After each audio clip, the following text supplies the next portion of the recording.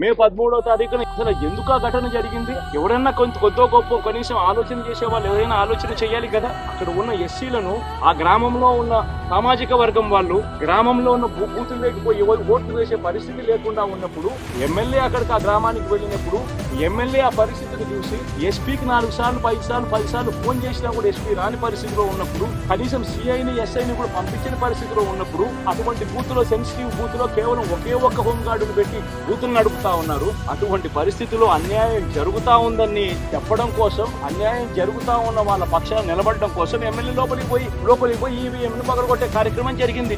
ఎందుకు ఈవీఎంలో నిజంగానే ఎమ్మెల్యేనే రిక్కింగ్ చేసుకుంటా ఉంటే, ఎమ్మెల్యే పరిస్థితి అంత బాగుండింటే ఎందుకు ఎమ్మెల్యే ఈవీఎం పగలగొడతాడు? వాళ్ళ పరిస్థితి బాగలేదనే కదా, అన్యాయం చేస్తా ఉన్నారనే కదా, అతనికి పోయినప్పుడు అన్యాయం చూశాడు కాబట్టే కదా ఈవీఎం పగలగొట్టాడు. ఆ ఈవీఎం ఏదైతే పగలగొట్టిన కేసు ఏదైతే ఉంటుందో దానికి బెయిల్ వచ్చింది.